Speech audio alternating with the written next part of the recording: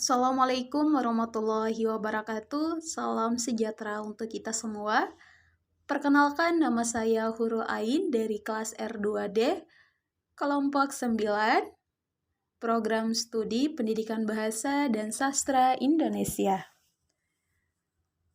Video PPT ini saya buat untuk memenuhi tugas mata kuliah Fonologi Bahasa Indonesia. Kepada yang terhormat Bapak Irwan Siagian MPD selaku dosen pengampu mata kuliah Fonologi Bahasa Indonesia. Baik, saya akan menjelaskan tentang proses morfologi. Langsung saja kita bahas materinya. Apa itu morfologi? Menurut Abdul Khair tahun 2008 halaman 3 menjelaskan bahwa morfologi adalah cabang linguistik yang mengkaji tentang seluk-beluk bentuk dan pembentukan kata hingga berbagai fungsi perubahan-perubahan bentuk kata tersebut untuk mendapatkan makna yang berbeda. Pengertian proses morfologi. Menurut Sudaryanto tahun 2015 halaman 15 menjelaskan bahwa proses morfologi merupakan proses pengubahan kata dengan cara yang teratur atau keteraturan. Cara pengubahan dengan alat yang sama menimbulkan komponen maknawi baru pada kata hasil pengubahan. Kata baru yang dihasilkan bersifat polimorfemis. Menurut Surono tahun 2015 halaman 14 membagi 3 macam bagian proses morfologi, yaitu A. Prefix afiksasi atau pengimbuhan, B. Proses reduplikasi atau kata ulang, C. Proses komposisi atau pemajemukan. A. Proses afiksasi atau pengimbuhan. Menurut Ramlan tahun 2012 halaman 54, menjelaskan bahwa proses afiksasi merupakan proses pembubahan afiks, yaitu pembubuhan afiks pada sesuatu satuan, baik satuan itu bentuk tunggal maupun bentuk kompleks, untuk membentuk kata. Menurut Surono tahun 2015 halaman 15 membagi 3 ciri-ciri afiksasi. Yang pertama, kata berimbuhan ini merupakan suatu kata yang terbentuk lebih dari satu morfem, yakni polimorfemis, serta juga salah satu bahkan juga lebih morfemnya tersebut berupa suatu afiks. Yang kedua, kata berimbuhan ialah kata-kata tersebut memiliki makna gramatikal atau juga makna gramatis. Yang ketiga, kata berimbuhan ialah di dalam suatu proses terjadinya kata-kata tersebut, terjadi pula perubahan kelas kata dari bentuk dasarnya. Menurut Putrayasa tahun 2008 halaman 5 membagi 8 jenis-jenis afiks. Yang pertama, prefiks awalan, yang kedua sisipan, yang ketiga sufiks atau akhiran, yang keempat konfiks, yang kelima interfiks, yang keenam simulfiks, yang ketujuh superfiks, dan yang kedelapan transfiks. Yang pertama, prefiks atau awalan. Menurut Putrayasa tahun 2015 menjelaskan bahwa prefiks atau awalan adalah afiks yang ditempatkan di bagian muka suatu kata dasar. Berikut ini diuraikan jenis-jenis prefiks dalam bahasa Indonesia yang meliputi prefiks ber, per, ke, se, pen, di, men, dan ter. Contohnya prefiks ber tambah kerja menjadi bekerja. Yang kedua, infiks sisipan. Menurut Krida Laksana Harimurti tahun 2007 menjelaskan bahwa infiks atau sisipan adalah afiks yang diselipkan di tengah kata dasar. Pemakaian infiks dalam bahasa Indonesia hanya terbatas pada kata-kata tertentu. Infiks yang terdapat dalam bahasa Indonesia adalah L, M, R, dan in. Contohnya infiks L, telunjuk gadis itu luka tergores pisau. Yang ketiga, sufiks atau akhiran. Menurut Putrayasa tahun 2015 menjelaskan bahwa sufiks atau akhiran adalah morfem terikat yang diletakkan di belakang suatu bentuk dasar dalam membentuk kata. Sufiks dalam bahasa Indonesia yaitu sufiks an, i, kan, nya, in, dan lain sebagainya. Contohnya, sufiks an, seluruh daratan Eropa sudah dikuasai tentara sekutu. Yang keempat, konfiks. Menurut Krida Laksana Harimurti tahun 2007 menjelaskan bahwa konfiks adalah kesatuan afis yang secara bersama-sama membentuk sebuah kelas kata. Konfiks diimbuhkan secara serentak atau bersamaan pada bentuk dasar. Konfiks adalah satu morfem dengan satu makna gramatikal. Berikut ini akan diuraikan konfiks dalam bahasa Indonesia yang meliputi konfiks ke-an, per-an, pen-an, ber-an, berkan, dan se-nya. Contohnya ke-an, menjadi kenakalan. Masih dalam pembahasan konfiks, menurut Surono tahun 2015 halaman 15 membagi fungsi imbuhan. Yang pertama, membentuk sebuah kata benda, yaitu pen, ber, per, dan lain sebagainya.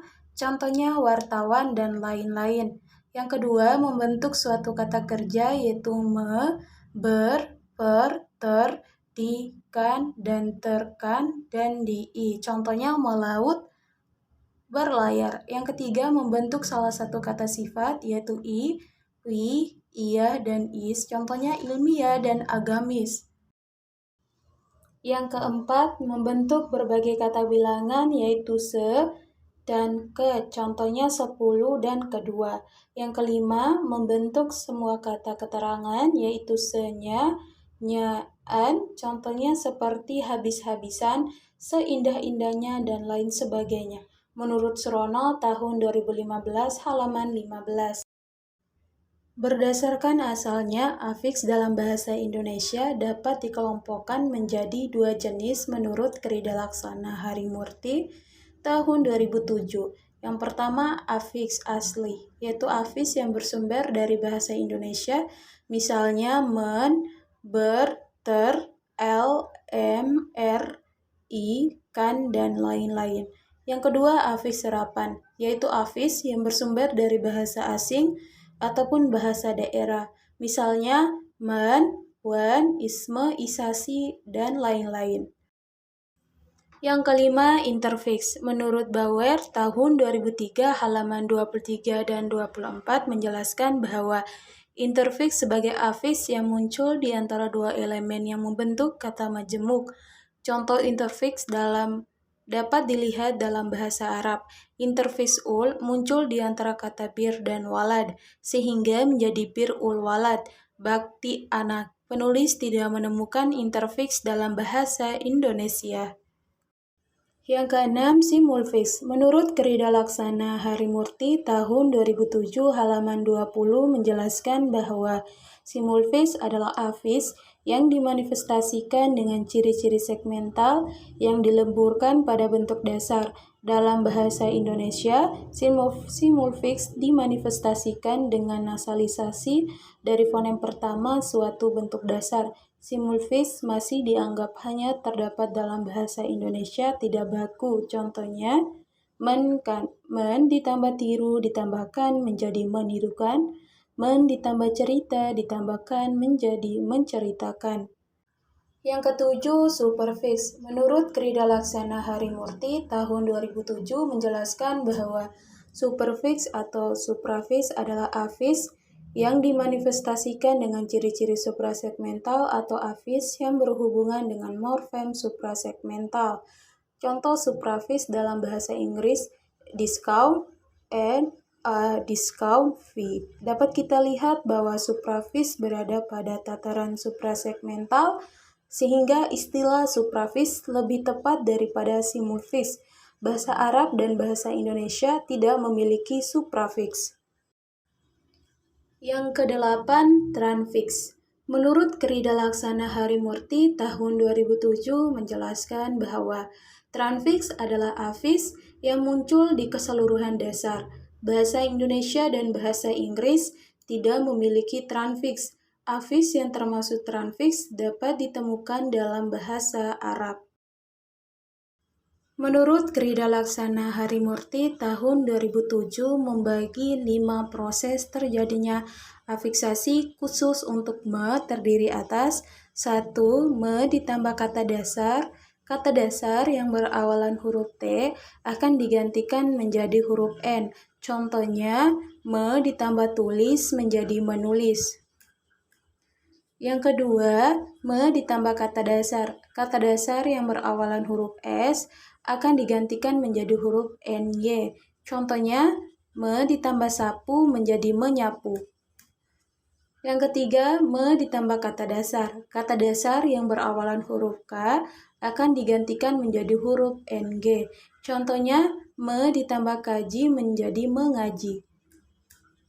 Yang keempat, me ditambah kata dasar. Kata dasar yang berawalan huruf P akan digantikan menjadi huruf M. Contohnya, me ditambah pesona menjadi memesona.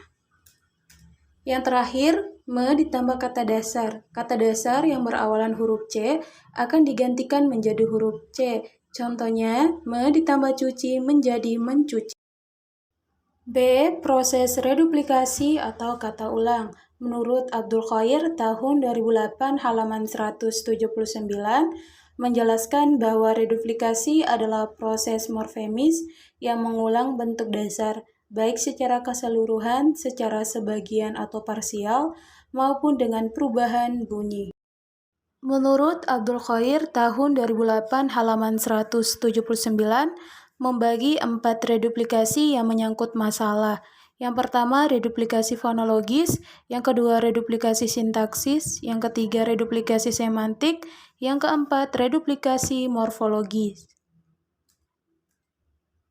Yang pertama, reduplikasi fonologi menurut Abdul Khair tahun 2008 halaman 179 menjelaskan bahwa reduplikasi fonologis berlangsung terhadap dasar yang bukan akar atau terhadap bentuk yang statusnya lebih tinggi dari akar. Statusnya bentuk yang diulang tidak jelas dan menghasilkan makna leksikal. Yang termasuk reduplikasi fonologi ini adalah sebagai berikut. Yang pertama, kukuh. Dada dan pipi bukan berasal dari ku, da, dan ci, tetapi juga sebuah kata yang bunyi kedua suku katanya sama. Yang kedua, foya-foya, tubi-tubi, dan sema-sema, bentuk dasarnya tidak berstatus sebagai akar yang mandiri. Yang ketiga, laba-laba, kupu-kupu, dan paru-paru. Hasil reduplikasinya tidak melahirkan makna gramatikal. Yang keempat, mondar-mandir, luntang-luntung, dan lunggak-langgak, makna gramatikalnya hanyalah makna leksikal, bukan gramatikal. Yang kedua, reduplikasi sintaksis. Menurut Abdul Khair tahun 2008 halaman 180 menjelaskan bahwa proses pengulangan terhadap sebuah dasar yang biasanya berupa akar, tetapi menghasilkan satuan bahasa yang statusnya lebih tinggi daripada sebuah kata. Krida Laksana menyebutnya menghasilkan sebuah ulangan kata, bukan kata ulang. Contoh, suaminya benar-benar jantan. Jangan-jangan kau dekati pemuda itu. Jauh-jauh sekali negeri yang akan kita datangi. Yang ketiga, reduplikasi semantik. Menurut Abdul Khair tahun 2008 halaman 180 menjelaskan bahwa reduplikasi semantis adalah pengulangan makna yang sama dari dua buah kata yang bersinonim. Misalnya, ilmu pengetahuan, alim ulama, dan cerdik cendikia. Yang keempat, reduplikasi morfologis. Menurut Abdul Khair tahun 2008 halaman 181 menjelaskan bahwa reduplikasi morfologi dapat terjadi pada bentuk dasar yang berupa akar, berupa bentuk berafis, dan berupa bentuk komposisi. Prosesnya dapat berupa pengulangan utuh, pengulangan perubahan bunyi, dan pengulangan sebagian. Menurut Krida Laksana Harimurti tahun 2007 membagi 6 ciri-ciri reduplikasi. Yang pertama, umumnya tidak mengubah golongan kata atau kelas kata. Yang kedua, bentuk dasar kata ulang selalu ada dalam pemakaian bahasa. Yang ketiga, arti bentuk dasar kata ulang selalu berhubungan dengan arti kata ulangnya. Yang keempat, menimbulkan makna gramatis. Yang kelima, terdiri lebih dari satu morfem. Yang terakhir, selalu mempunyai bentuk dasar. Menurut Krida Laksana Harimurti tahun 2007 membagi 3 jenis-jenis reduplikasi. Yang pertama, A. Kata ulang berdasarkan bentuk kata. B. Kata ulang berdasarkan makna yang terbentuk. C. Kata ulang berimbuhan.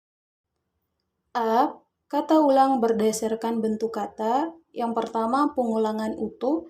Menurut Abdul Khair tahun 2008 halaman 181 menjelaskan bahwa bentuk dasar itu diulang tanpa melakukan perubahan bentuk fisik dari akar itu. Misalnya meja-meja bentuk dasar meja, kuning-kuning bentuk dasar kuning, makan-makan bentuk dasar makan, kalau-kalau bentuk dasar kalau, dan sungguh-sungguh bentuk dasar sungguh.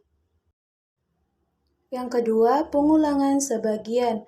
Menurut Abdul Khair tahun 2008 halaman 181 menjelaskan bahwa artinya yang diulang dari bentuk dasar itu hanyalah salah satu suku katanya saja.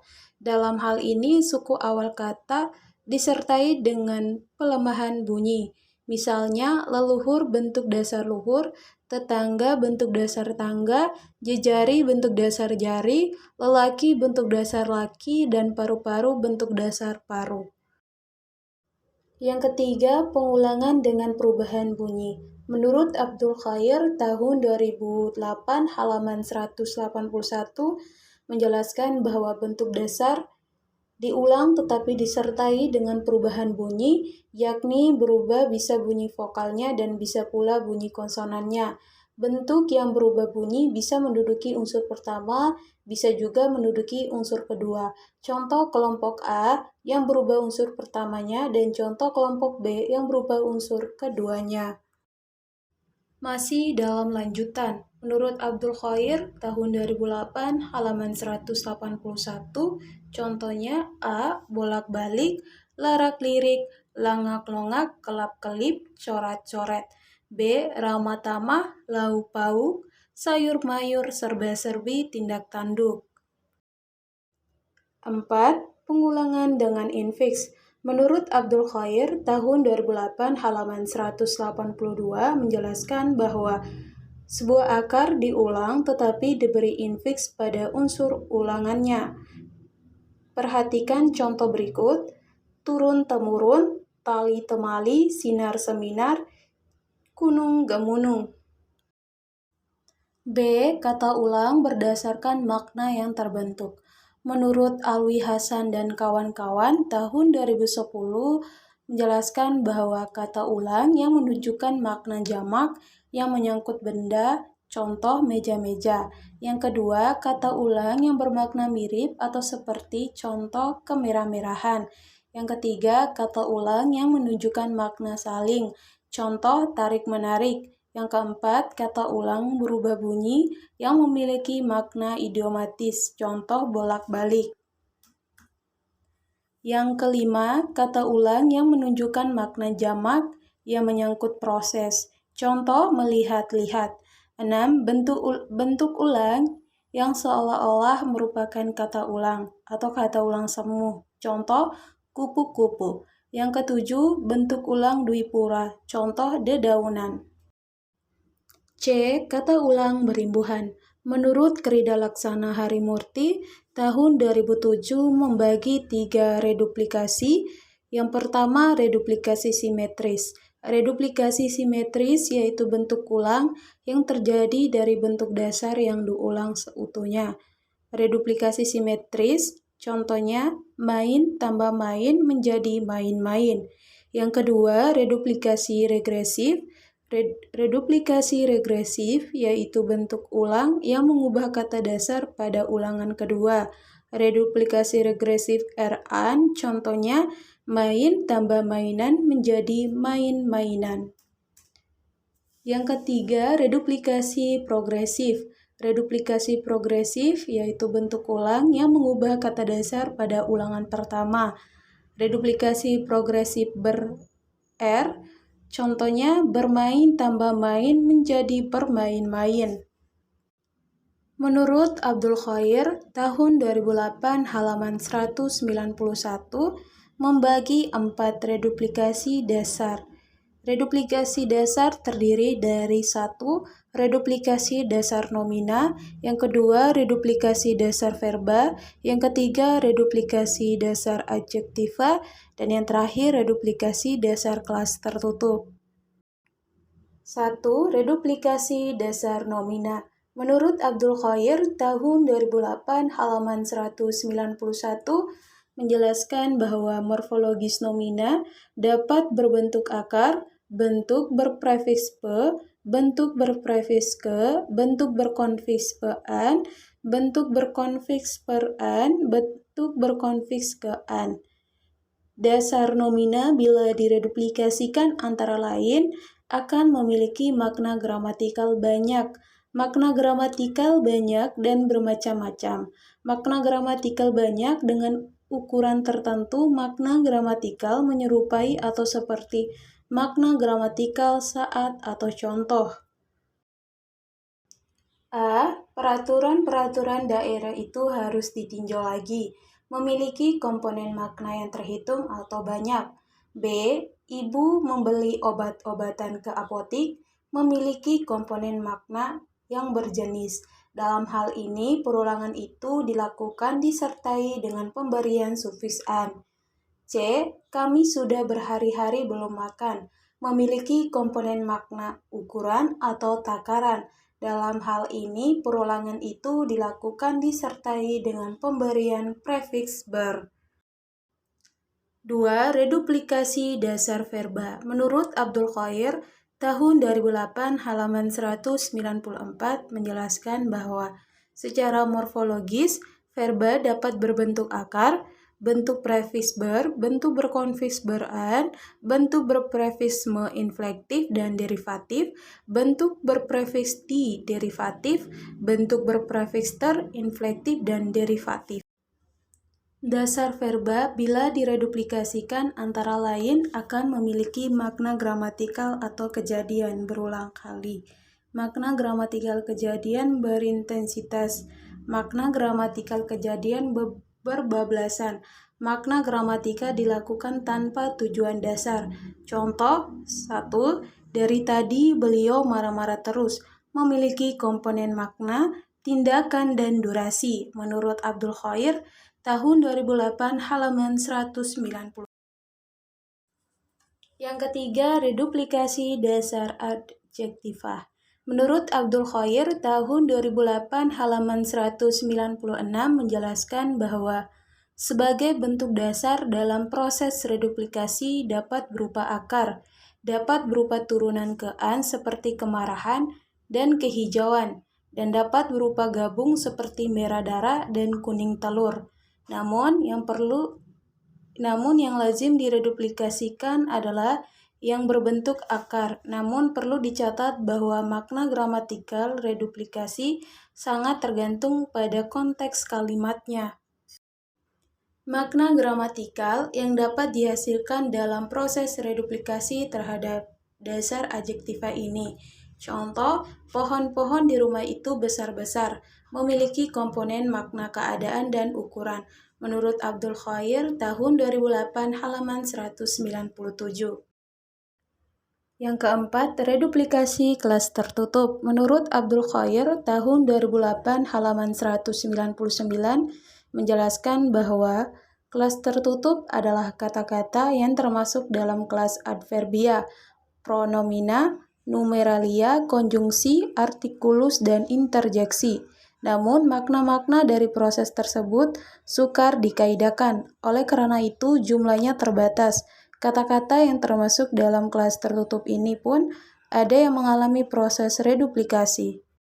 A. Reduplikasi dasar adverbia negasi. Menurut Abdul Khair, tahun 2008 halaman 200 menjelaskan bahwa kosakata adverbia negasi adalah bukan, tidak, tak, dan tiada. Yang terlibat dalam proses reduplikasi hanya bukan dan tidak.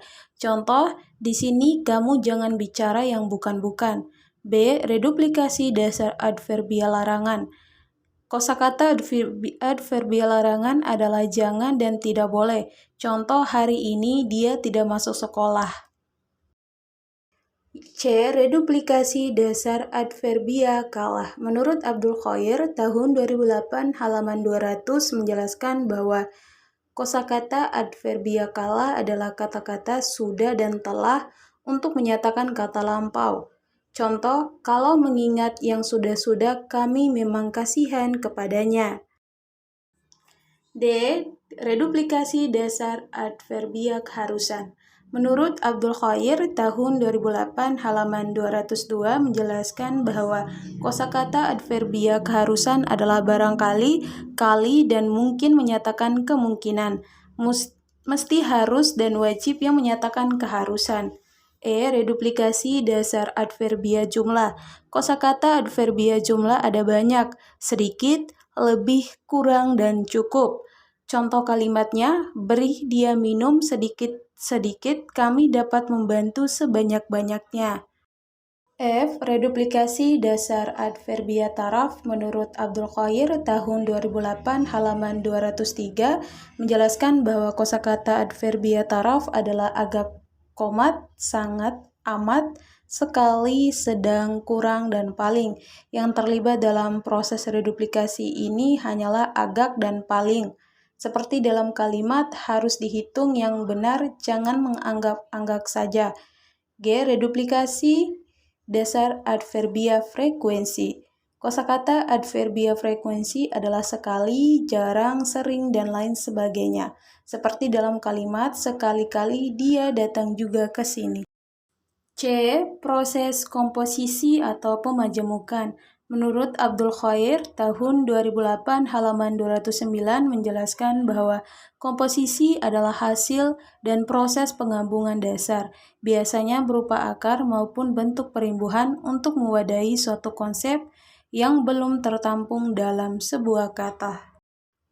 Menurut Wendy Widya Ratna Dewi tahun 2009 halaman 39, membagi unsur-unsur pembentuk kata majemuk.